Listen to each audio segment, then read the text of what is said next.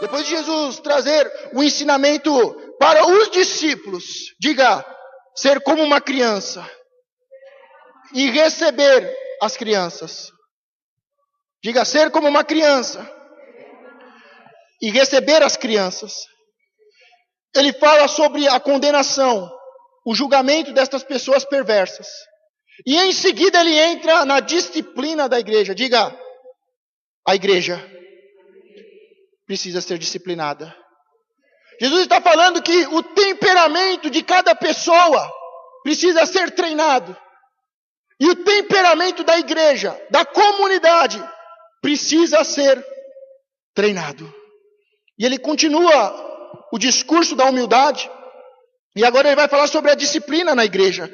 Após prevenir previamente seus ouvintes quanto a prejudicar os pequeninos, Jesus prossegue dizendo-lhes como deveriam agir quando não fossem os que causassem, mas o que sofresse as injustiças ou as ofensas. Jesus está falando, seja uma criança para não prejudicar os outros. Seja como uma criança e receba as crianças. Não prejudique ninguém. Mas agora Jesus vai falar com a igreja. E ele diz que agora, o que eu devo fazer quando eu e a igreja está sendo ofendida? Porque nós sabemos, apesar de vivermos em um país em que a religião é aberta, você pode seguir uma religião, você pode ter várias religiões, pode ter cultos, casas de adoração, mas nós sabemos que a coisa mais perseguida nesta terra é a igreja, é a noiva de Cristo. É a mais ofendida, é a mais atacada, é a mais caluniada. Além de ter aqueles que fazem escândalos dentro da igreja, tem aqueles que de fora atacam e ofendem a igreja, porque querem ser os maiores. E Jesus agora vai falar sobre a sua igreja. Como a sua igreja deve se comportar. Seu principal objetivo era assegurar de antemão que a comunidade, diga a igreja, amém, chamada pelo seu nome, fosse de fato santa, amorosa e unida. Diga, a igreja de Cristo deve ser de fato santa, amorosa e unida. Abra a sua Bíblia e gostaria que você se colocasse de pé, Mateus 18, do versículo 15 ao 20. Ao final do versículo 20, toda a igreja de Cristo, diga amém. Quantos vieram perder tempo, digam amém. Quantos vieram adorar o Senhor, digam amém. Amém. Os que vieram adorar o Senhor são maiores e são mais fortes. Vou ficar com esses.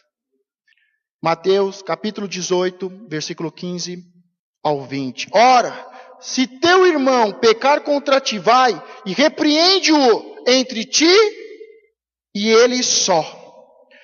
Se te der ouvidos, ganhaste o teu irmão. Mas se não te der ouvidos, leva ainda contigo um ou dois, para que pela boca de 2 ou 3 testemunhas toda a palavra seja confirmada. E se não as escutar, dize-o à igreja. E se também não escutar a igreja, considera-o como um gentil e publicano. Em verdade vos digo que todo o que ligares na terra será ligado no céu, e tudo o que desligares na terra será desligado no céu. Também vos digo que, se 2 de vós concordares na terra acerca de qualquer coisa que pedires, isto lhe será feito por meu Pai que está nos céus. Porque onde estiver 2 ou 3 reunidos em meu nome, aí estou eu no meio deles. Podeis tomar assento? É óbvio. Vamos pegar o texto do final para o começo. É óbvio. Jesus diz, aonde estiver 2 ou 3 em nome de Jesus, ali o Senhor estará. Mas o Senhor não quer que a sua igreja seja de 2, 3 pessoas. Ele quer que a sua obra cresça.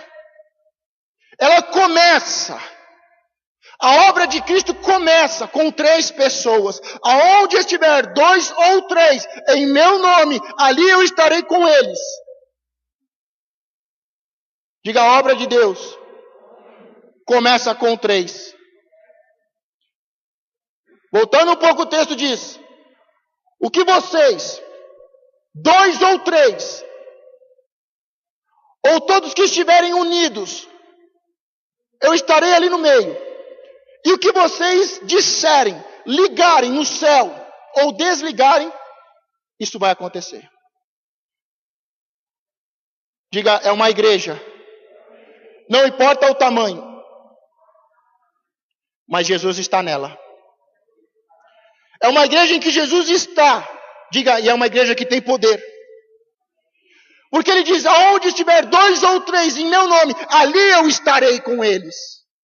E aonde estiver 2 ou 3 em meu nome, eles possuem poder para desligar ou para ligar no céu e na terra.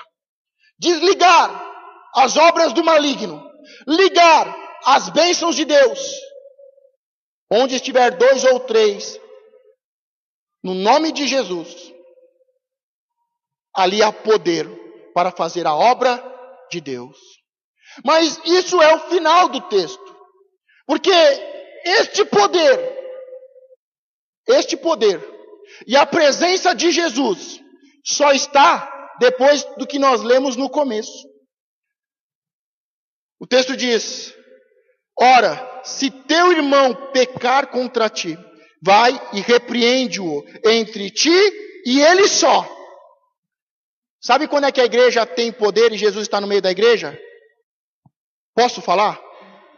Posso? Tem certeza? Vai doer um pouco. Quando a gente deixa de ser hipócrita. Porque não pode ter diferença entre os irmãos. Se você tem uma diferença com uma pessoa da igreja que é seu irmão, se ele cometeu um pecado contra você, você tem que ter a coragem, a hombridade de você, com ela, dizer, olha, o que você fez foi errado. Isto é errado, isto é pecado e você está me prejudicando. Mas a gente não faz isso. A gente não faz isso. A gente deixa para lá. A gente ignora a pessoa. A gente é falso, é hipócrita. Ao invés de falar cara a cara com a pessoa, a gente faz fofoca, faz mentira. Porque se há um pecado e se há mágoa, o diabo entra e ele é mentiroso. Por isso eu tenho um problema, como eu estou ilustrando aqui. Se eu tenho um problema com ele, eu vou chegar e vou falar, olha, nós precisamos conversar. As coisas não estão bem. Você fez algo errado. Cometeu um pecado contra mim. E a Bíblia diz, se ele se arrepender e pedir perdão, eu ganhei um amigo. Eu ganhei um irmão. Mas caso ele diga não, eu não fiz nada demais. Eu não me arrependo, eu vou continuar fazendo o que eu estou fazendo. A Bíblia diz, chama mais 1 ou 2. E vai conversar de novo. Eu e ele. A segunda etapa é eu e ele, com mais 1 ou 2. 1 ou 2 testemunhas. E eu vou falar, olha, aconteceu isso e isso entre nós. E nós não estamos conseguindo resolver. Gostaria que vocês falassem, que vocês trouxessem a palavra, que vocês nos ajudassem a resolvermos este problema. Para que não houvesse mais pecado e nem hipocrisia. E a Bíblia continua dizendo, se você foi sozinho e ele se arrependeu, você ganhou um irmão. Mas se ele não se arrependeu, leva mais 1 ou 2 testemunhas. Vamos ver a terceira etapa. Mas se não te ouvires, leva ainda contigo 1 ou 2, para que pela boca de 2 ou 3 testemunhas toda a palavra seja confirmada. E se não as escutar, levei as testemunhas, e não houve acordo. Ainda há pecado, e ainda há competição, ciúmes, inveja, ainda há problemas. E se não as escutar, dize-o a toda a igreja. E se também não a escutar a igreja, qual que é o terceiro passo? Dizer a toda a igreja. Sabe aqueles pastores que se reuniram e fizeram um acordo para não perder pastores e membros? Eles deveriam chegar para os pastores e falar assim: olha, você está em pecado de prostituição e infidelidade. Se ele se arrependesse, ganharíamos um irmão e um pastor para Cristo. Mas ele não se arrependeu. Levaram outras testemunhas. E pela boca de outros disseram: olha, o pecado que você está cometendo é para a morte. Família é uma instituição sagrada e é de Deus. Ou você se arrepende do seu pecado, da sua prostituição, ou você vai perder. Falaram, levaram uma ou duas testemunhas. A terceira etapa, eles deveriam falar: olha, o pastor da igreja tal, da nossa igreja, está em pecado de prostituição. A partir de hoje, ou ele se converte, se arrepende, ou está fora. O problema é que não tem homem hoje. O problema é que não tem homem de Deus hoje. Porque se eu também estou em pecado, e eu não estou de acordo com a palavra, eu vou encobrir o pecado do meu irmão.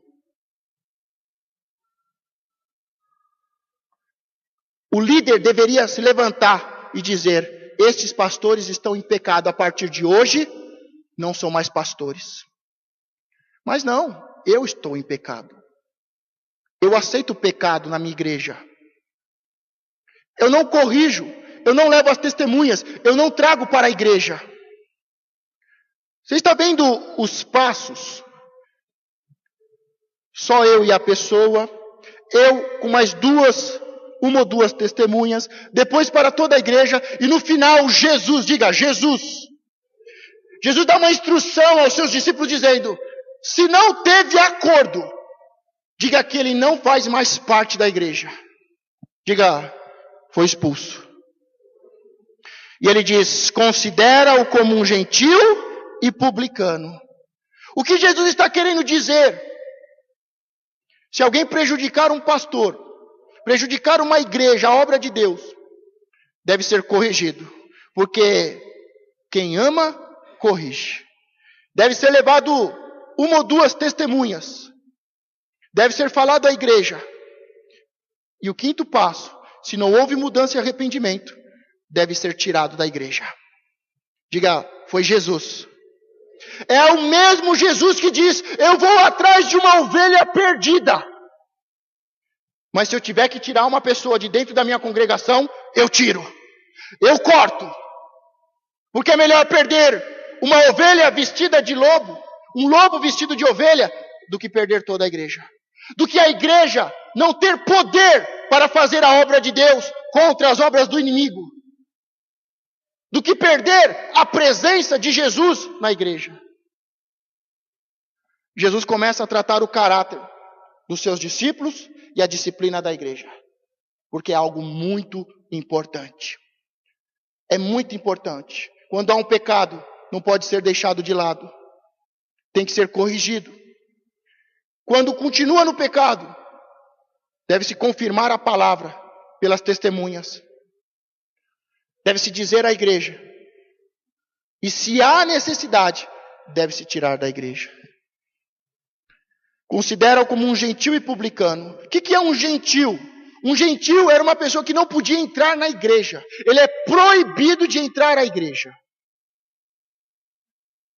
Aquele que não muda o seu caráter e o seu comportamento, e o seu caráter, o seu mau caráter, prejudica a obra de Deus, deve ser tirado e considerado um publicano. Diga: ele não pode entrar na igreja. Um gentil. E o publicano é uma pessoa que conhece a palavra. Às vezes ele entra na igreja, às vezes ele não entra. Mas eu não tenho relacionamento com ele. É oi, tchau. Graça e paz, Deus te abençoe. É isso que Jesus está ensinando aos seus discípulos. É esta igreja que você conhecia? É este discurso de Jesus que você conhecia? Sabe por que Jesus faz este discurso? Diga: porque Ele me ama. Por mais que possa parecer estranho, Jesus prefere tirar uma laranja podre do cesto do que perder todo o cesto. Ele veio para dar a sua vida. E ele vai atrás de uma ovelha. Ele deixa 99 para ir atrás de uma ovelha. Mas se for necessário, ele tira uma laranja podre. Se for necessário, ele sacrifica uma ovelha. Se for necessário, ele coloca os lobos que se vestem de ovelhas para correr. Se você deixar o leão em paz, pode ser que você acorde sem família, sem rebanho. Diga, é Jesus que está falando. Diga para a pessoa que está do seu lado, é Jesus que está falando. O pastor só está repetindo e lendo. Só isso. E procurando viver. Isso na minha vida, na minha casa, nos meus negócios e na comunidade a qual o Senhor me colocou como responsável. A inveja é vista como A igreja é vista como uma comunidade na qual a preocupação de um é a preocupação de todos e vice-versa. Diga, o seu problema é o meu problema. Diga para outra pessoa, o seu problema é o meu problema. O meu problema é o seu problema. Isto é o corpo de Cristo. Isto que é uma igreja santa, amorosa e unida. Não é isso que nós temos hoje e é contra isso que eu estou lutando. Uma igreja que se reúne em falsidade, em hipocrisia, em pecado. Onde um irmão está com raiva do outro. Esta é a igreja santa, amorosa e unida. Porque Jesus sabe, o momento em que perdermos a santidade e o amor que corrige e a unidade, perdemos o poder e a autoridade e perdemos a presença de Jesus. Quantos querem a presença de Jesus? Quantos querem poder e autoridade? Então nós precisamos viver isso. Precisamos ser treinados no caráter e ter uma igreja disciplinada. Hoje, se o pastor corrigir alguém, a pessoa se faz de dodói. O pastor é muito bravo, é muito duro. E aí fica chorando. O pastor não me ama. São mau caráteres.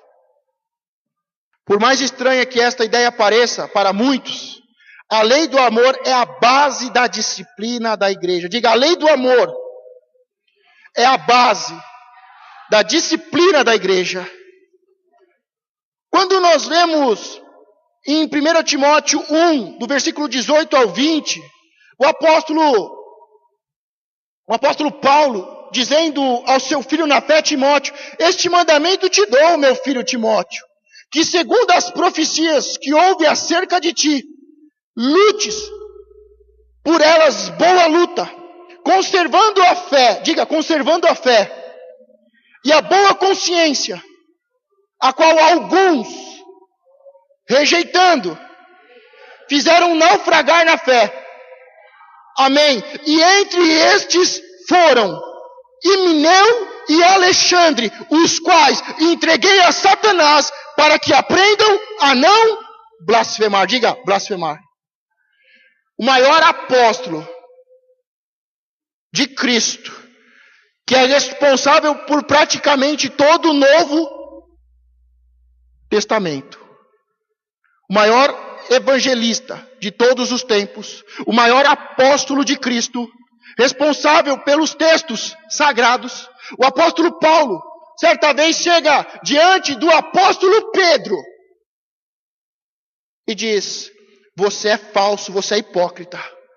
E o texto diz, ele narrando, eu falei cara a cara com ele, e falei para Pedro, o apóstolo Paulo dizendo para o apóstolo Pedro, você é falso, porque quando os judeus estão aqui na igreja, você só cumprimenta os judeus e despreza os gentios.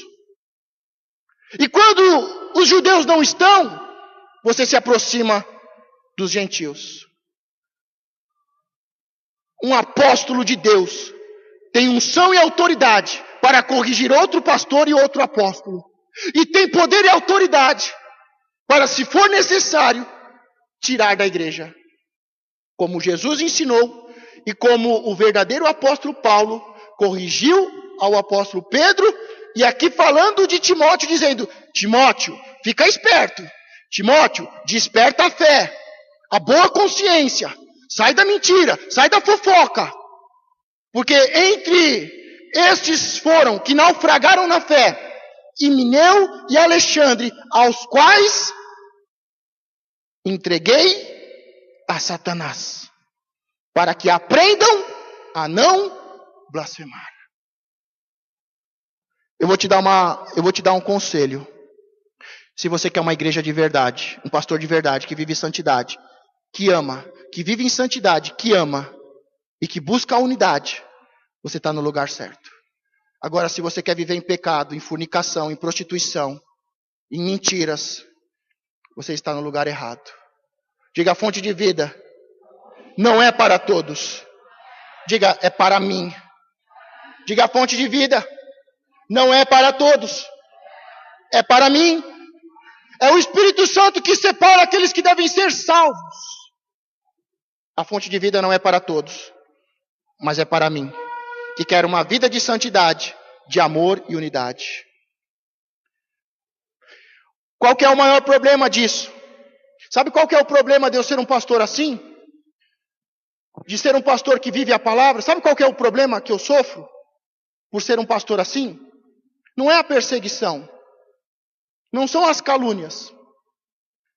O maior problema que eu sofro, sendo um pastor de verdade, que vive a palavra e que busca a santidade, que busca o amor bíblico, não falso e fingido, e a unidade, com poder e autoridade, onde tem a presença do nosso Senhor. O maior problema é que nós vivemos em um país em que as igrejas são divididas. Se eu tiro uma pessoa hoje da igreja, não precisa nem tirar, mas ela sai daqui porque está em pecado, ela vira a esquina e encontra uma igreja, e em uma semana ela é ungida a obreiro, a diácono, e aqui é o demônio, mas em 2 semanas lá é um anjo. As igrejas estão divididas, não ligam e nem desligam, vivem em divisão, vivem em competição. Por quê? Porque o pastor de lá quer ser maior do que eu, porque o pastor de lá quer ter mais gente do que eu tenho. Então, quando uma pessoa é tirada como um publicano, como um gentil e publicano, ou comete um pecado aqui e não quer se consertar, ele fala, pastor, ele vira a esquina, entra numa igreja de gravata e Bíblia e diz, eu tenho 20 anos de crente, eu sou obreiro, eu sou bispo, eu sou pastor. Em uma semana ele está em cima do púlpito, mas é um demônio. Podem chamá-lo de anjo, podem chamar de resposta de Deus, mas é um demônio que está em pecado e não se arrepende. Aonde você cair, você tem que se levantar. Se você fez algo errado aqui, você precisa consertar aqui. Se eu faço algo errado aqui, eu tenho que consertar aqui. Não adianta eu fingir, não adianta eu fugir, não adianta eu me esconder e ser um demônio e me fingir de anjo de luz em outro lugar. Mas hoje o que mais tem são pastores que não têm sabedoria, que não têm consciência. Aquele que foge da disciplina estão sempre certos de que terão uma porta aberta e calorosas boas-vindas em algum outro lugar. Esta é uma das maldições que nos é imposta pelo maior de todos os escândalos, a divisão religiosa. Alguém que se torna o que está à beira de se tornar como um pagão e um publicano para um corpo eclesiástico, uma igreja, tem uma boa chance de se tornar um santo ou um anjo para outra igreja. Igrejas que cometem entre si como rivais, jogam com os propósitos da cruz, e assim um liga quando a outra desliga. Com razão, os libertinos, pecadores, desejam que as divisões na igreja possam continuar, pois enquanto esta situação durar, estarão se saindo muito bem. Eu não sei se você conhece, mas quando eu vim para cá, antes de abrir a igreja, eu fui pessoalmente, em mais de 100 igrejas aqui. E em todas elas eu falei, pastor, Deus te abençoe. Eu sou pastor da comunidade Fonte de Vida e estou debaixo da cobertura do apóstolo Gerson. Eu estou vindo de São Paulo e vamos abrir uma igreja, uma congregação no fundo do Miguel Badra. Eu estou aqui para dizer, primeiro, que eu te amo. Eu oro por você. Segundo, que eu não estou aqui para competir e nem pescar em aquário. Nós estamos aqui juntos para fazer a obra de Deus. Ganhei muitos amigos, mas ganhei também muitos inimigos. Qual é o pastor que você conhece que fez isso? Eu tive nesta trajetória de mais de 14 anos, como discípulo e pastor, eu tive que cortar muitas coisas da minha vida. Eu já senti muita dor. Eu já estive entre a vida e a morte, preso a uma pedra e a um pecado. E eu tive que tomar a decisão. Ou eu arranco o meu olho, ou eu vou cair na prostituição. Ou eu arranco o meu braço, ou eu vou cair no pecado da infidelidade. Ou eu arranco as minhas pernas, ou eu vou entrar pelo caminho errado. Você pode olhar para mim e falar, o pastor é muito bonito. Obrigado. Mas espiritualmente, além das palavras contrárias dos inimigos que são como faca, como chibatadas, eu tive muitas vezes que cortar uma parte do meu corpo. Se você quer saber o segredo, é renúncia. Eu tive que renunciar os meus olhos, eu tive que renunciar muitos desejos, muitas tentações. Os profetas na Bíblia dizem, homens sujeitos. Elias, Eliseu, os grandes heróis da Bíblia diz, a Bíblia, homens sujeitos às mesmas paixões que nós. Mas eles cortaram o seu braço. Eles chegaram a uma conclusão, ou eu corto o meu braço, ou eu vou morrer. Ou eu corto e arranco o meu olho, ou eu vou morrer. Eu não sei o que você precisa cortar hoje. Mas eu sei que toda vez que se fala de tratamento de caráter, treinando o caráter, o temperamento, eu sei que nós temos que usar a palavra, a espada, para cortar algumas coisas. Eu não sei se você tem que cortar alguma parte do seu corpo. Eu não sei se você tem que cortar algumas amizades. Eu não sei se você tem que se converter de alguns caminhos. Mas uma coisa eu sei. Quando Jesus está falando no discurso da humildade, falando para os discípulos, competitivos, vaidosos, dizendo para serem simples e humildes, como Ele é, eu sei que vai doer, porque algo tem que ser cortado. Pode ser que você esteja aqui entre a vida e a morte, e algo precisa ser cortado. A língua, o texto bíblico diz que é o pior. A menor parte do corpo humano é a língua, mas é a mais perigosa, porque destrói uma floresta inteira, queimada pelo fogo que arde, e será queimado pelo fogo do inferno. Se você tem que cortar a sua língua, corte a sua língua. Pare de falar besteira. Se você tem que cortar o seu dedinho, o seu braço, arrancar o seu olho, você precisa refletir e pedir perdão. E se converter do seu mau caminho. Porque se arrepender significa se converter do seu mau caminho. Não cometer mais este pecado. E se você precisa se arrepender, este é o momento. Se você precisa se arrepender e se converter, este é o momento. Se você está dizendo, pastor, esta palavra não é para mim, se santifique ainda mais. Você que está em santidade, você que não está preso ao ciúme, à inveja, à ganância, ao egoísmo, você que cuida dos pequenos, dos órfãos, se você e se você está em santidade, a Bíblia diz, você que está santo, se santifique ainda mais. Cada dia é necessário se santificar. Se você está em santidade, se santifique ainda mais. Mas se há um pecado, a Bíblia diz, antes de comer e beber, se arrependa do seu pecado. A Bíblia não diz, vai para a sua casa, chore, converse com a sua família.